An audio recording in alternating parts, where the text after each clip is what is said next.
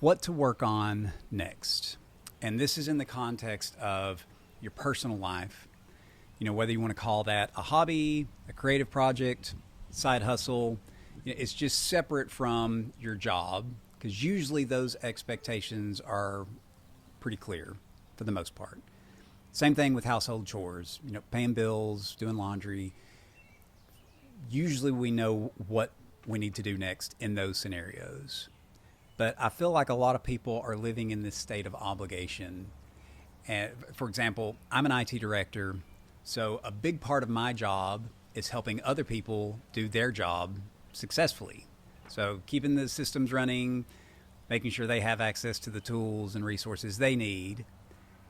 And so when I'm finally able to step back from that and have time for myself, it can be a challenge to shift out of that state of obligation where I'm helping someone else do their task list and really think about what it is I want to be working on, what's going to be meaningful and fulfilling for me. Moving from a state of obligation to a state of opportunity. And I can't help but think about Shawshank Redemption because there's this character named Brooks.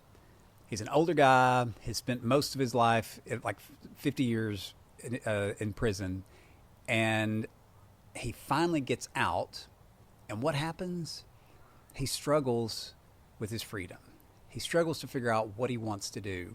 He has lived in this institution for so long and has followed orders for so long that once he breaks free of that, he can't figure out what to do next.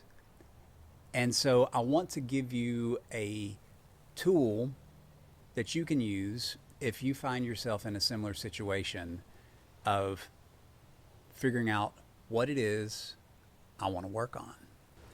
So there are 3 steps to this.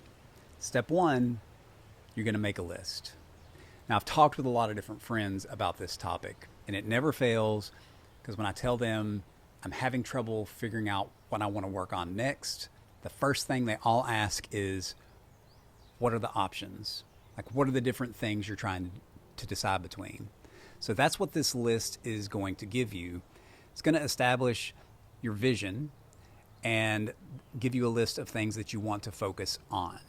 So step 1, you're going to sit down and you're going to write a list of things you think you may want to work on, hobbies you want to try out, projects you want to do.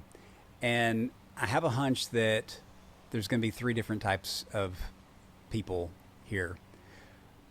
The first type, you're going to have no trouble listing more than 5 things. Ideas are going to come really quick to you. You're going to have no trouble filling out a whole sheet of paper. The second type, you're going to have trouble getting more than a few. You got 2 or 3 in mind, but you're probably not going to be able to get over 5 easily. And then the third type, you're going to have trouble writing one. You're going to have trouble thinking up of one thing that you want to work on. So let's look at each of these cases individually.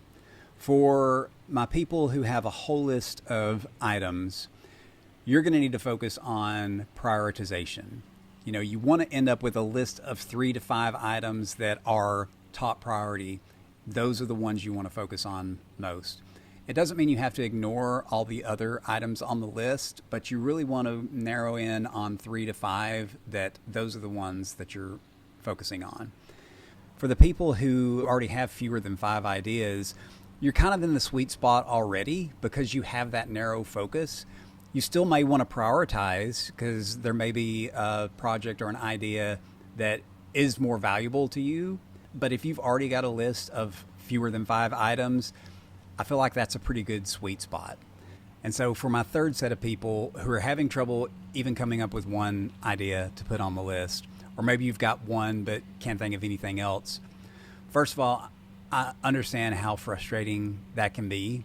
So I want to encourage you to shift your mindset from thinking that you're like mentally blocked or uninspired and shift it to thinking of this as a blank canvas that's just full of potential. And I really like in Artist's Way, the book Artist's Way, Julia Cameron says that art is not about thinking something up, it's about getting something down. So I think a lot of us, especially in creative projects, we come out of the gate thinking we have to come up with this unique, creative, huge idea, and that can be really overwhelming. And really, it's just about getting something down on paper. It really doesn't even have to be that good. You've just got to start somewhere, and then you can work on perfecting it and honing it and evolving it. Another tool that can help you in your list, and this comes from A Lion Tracker's Guide to Life. The author, Boyd Vardy, is a lion tracker, and he talks about finding a set of first tracks. And you follow those first tracks, they may not lead you to what you're looking for, but if you're observant enough, you may be able to find another set of first tracks that then leads you to what it is you're looking for. So if we apply this to our list, we can see each of the items on our list as a set of first tracks. And if we spend time going down each of these paths, they may end in a dead end. We may end up wasting our time, but that's part of the journey. And through that journey, if we stay observant enough and are open-minded enough, we may see paths intersecting that we wouldn't have found if we hadn't taken those first steps. So even if you're blocked on thinking up ideas that you want to put on your list, let's take Julia Cameron's advice. Let's take Boyd Vardy's advice. Let's get something down and use that as a first track to start down a path and see if we pick up another set of first tracks that we can then follow to achieve what it is we're wanting to do. All right, so we're done with step one. We've got our list. Now, step two, you're going to manage your list. And I want you to view your list as a living, breathing thing. It helps to make it visible to where you see it every day. For example, I've got my list on a Post-it on the back of my phone. It says what to work on, which is this project I'm working on. And then AI topics, it's some AI courses that I'm learning about. So those are the two items on my current list. So I've made it visible and I'm editing it regularly. So I'm reflecting on it, crossing stuff out as I learn that I don't want to do it. I'm adding stuff. If I come across something new that I want to learn next or work on next, I'll add it. So it's a living thing, and you should make it visible. It should almost get in the way. It should be that front and center just to kind of help remind you that this is the stuff that I need to be working on. This is the stuff that I need to be ruminating on and thinking on in the back of my mind. And I also encourage you to make the items as specific as possible. So if painting is an item on your list, maybe think about what type of paints are you wanting to paint. You want to do watercolor? You want to do acrylics? Are you wanting to paint abstract? You want to paint still life? So you can kind of whittle the items on your list so that when you look at it, it's not overwhelming to see, oh, I want to learn painting.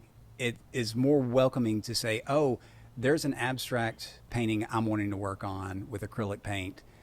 That way, you're already a few steps ahead when you look at your list. So step two, manage your list.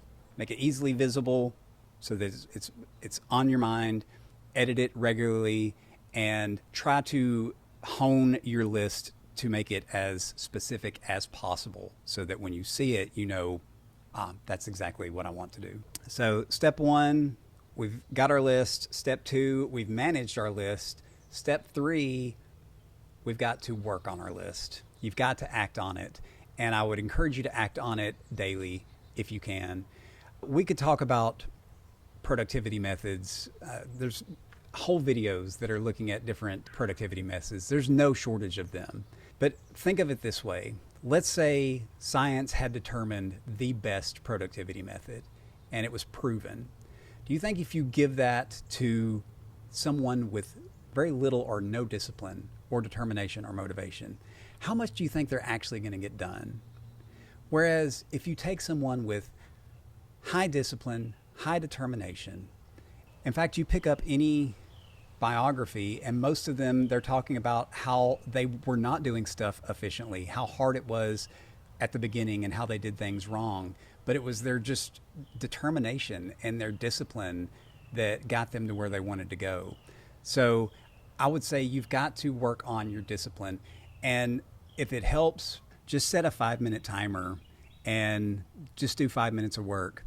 Usually, once you kind of get going and get some momentum going, it's hard to stop at that point. So that's a trick you can do just to help get you in the mindset. And if you happen to miss a day, then it's no sweat. Just pick it back up.